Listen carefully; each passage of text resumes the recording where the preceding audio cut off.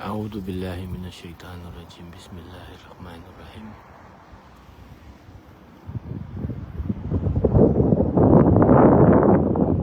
Dito na po tayo ulit.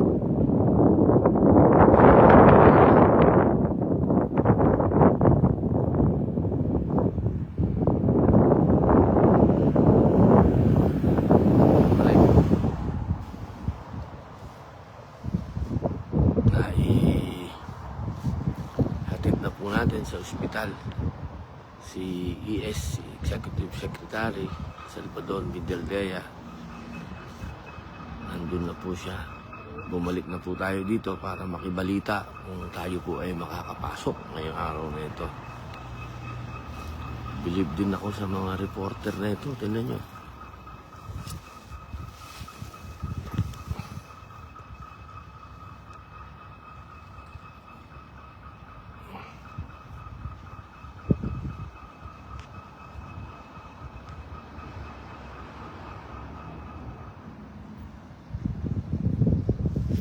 Solo flight siya.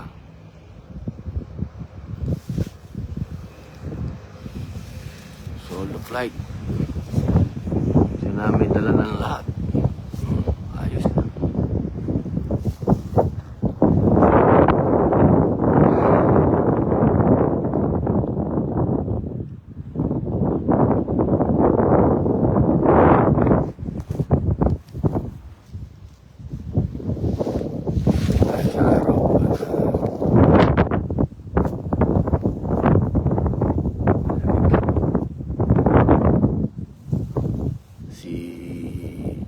ES po ay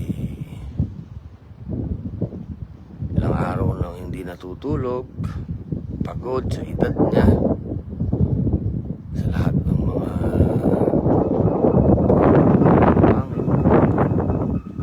siyempre yun, nandyan ang pressure sa balikat niya dahil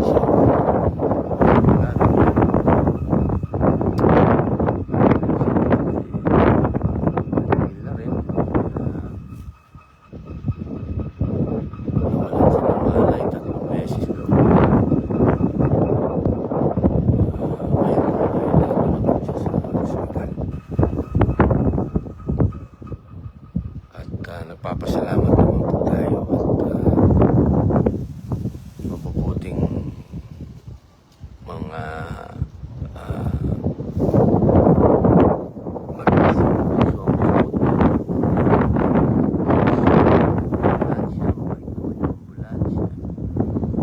kaso may kortesiya, medyo mahigpit lang, bawal ang kukunan mo, ganun, bawal yun. Pero may kortesiya, ganun din yung ospital na pinagdalan, may kortesiya. Marunong silang makipag-usap ng maganda sa mga pasyente kahit na hindi nila malalim. Sana ganun din dito sa piitan ng ating mahal na Pangulo, sa ating Pangulo. Sana maayos na yung ating permiso na makapasok. Yun po.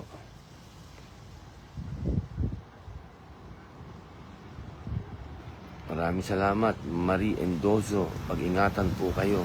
Maraming salamat. Sabi ni M.M. Elliot Benguil, ingat po kayo palagi. God bless. Good afternoon, sabi ni Jacqueline. Sin is watching. Assalamualaikum from Saudi Arabia, galing kay Ying Mats. Ayun po ang mga nagaganap po dito. Pagdasal po natin ng mabilis na pag-ayos ng kalusugan po ni ES Salvador Vidaldea. Opo. Siyempre po yan po ang best friend ng ating dating Pangulo. Napakahirap po siguro kasi siya po ang nakakakita kay Mayor araw-araw. Siya po ang merong permisong pumasok. Kaya po tayo po yung nakikibalita sa kanya. Siyempre, ang lagi po nilang niya na sinasabi, okay si Mayor, maayos si Mayor, okay naman yung kulungan ni Mayor, okay yung selda ni Mayor, maayos naman yung pagkain, lahat po yun. Sinasabi ni ES. Pero iba naman yung sinasabi ng katawan niya. Medyo, siyempre, emosyonal ho yan. Iba yung pag tumama sa iyo ang emosyon, mahirap. Depression yan. Kahit anong sabihin po natin ganda ng facility ng detention center na to, bilang isang nakulong po sa New Bilibid Prison, hindi pinag-uusapan po dyan yung sarap. Siyempre, kasama po yon yung maayos. Maayos. Kung sa maayos, maayos. Opo, pero yung pagkakasadlak, pagkakakulong, sa ibang bansa, at ganito pa ngayong kahigpit sa isang 80 anyos na matanda na may sakit, siguro po medyo kahit na sinong kaibigan maapektuhan ka. Ganyan po siguro ang nangyari kay ES. Tinamaan na rin ng siyempre yung nangyari kay Mayor. Bumaba na din yung adrenaline niya. Siyempre, may adrenaline yan. Yung mga bilis po ng mga pangyayari. Unti-unti kang sisingilin ng ano yan ng katawan mo. Pagod mo, hindi natutulog. Wala pong tulog, todits. Kailangan po kumilos, mabilis ang mga kilos nila. Hindi nga po natin sila iniistorbo sa kanilang mga aksyones. Nakasuporta lang po tayo dahil talagang ang aksyon po nila dito talagang mabilisan. Opo, iba po ang ano din dito takbuhan sana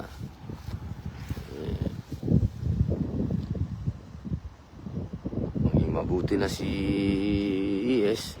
Umalis naman po ako doon, siya po yung nagpapahinga. Maayos.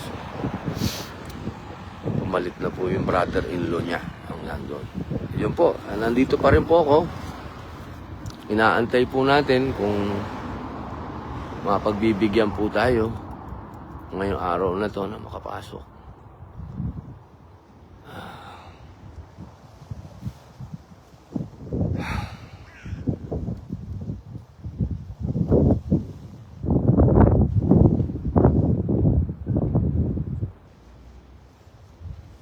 Lamig.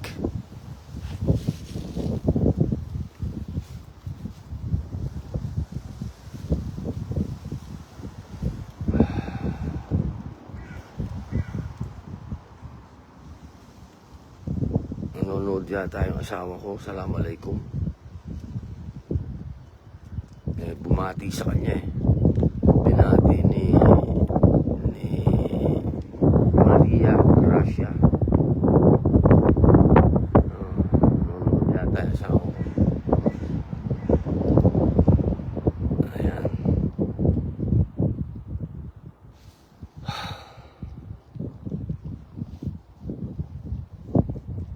Kahit alas 12:20 na ngayon dito, malamig.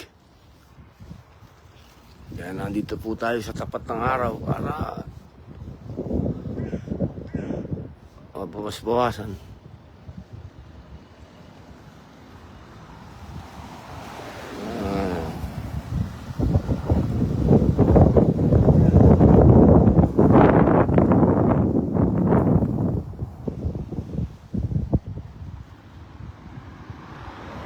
Andun pa rin po yung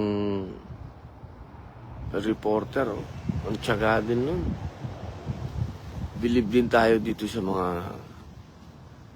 nagtatrabaho na to. Dito pa rin sila.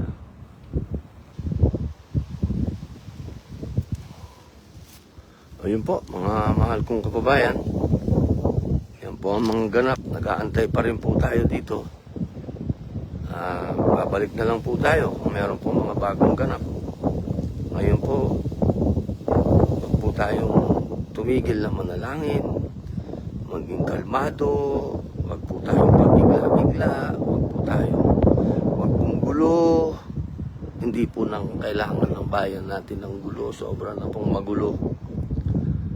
Sa ngayon po ay maibalik natin ang ating dating Pangulo Rodrigo Roa Duterte sa Pilipinas para maging matahimik po ang ating bayan. Napakahalaga po niyan. Pagdasal po tayo, makiusap po tayo.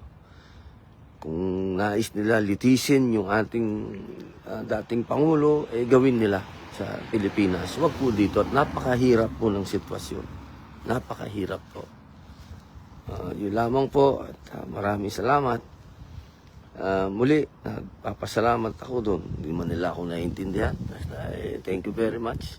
Thank you very much. Ayan, may mga dumating na pong lespo. Maraming lespo na ang dumating. Ayan na. Ayun na po. Ayun, oh. May mga lespo na po na dumating. Okay, makikibalita muna po ako doon. Kung ako po ba yung mapagbibigyan. Maraming salamat po sa inyong lahat, sa mga dasal po ninyo. Assalamualaikum.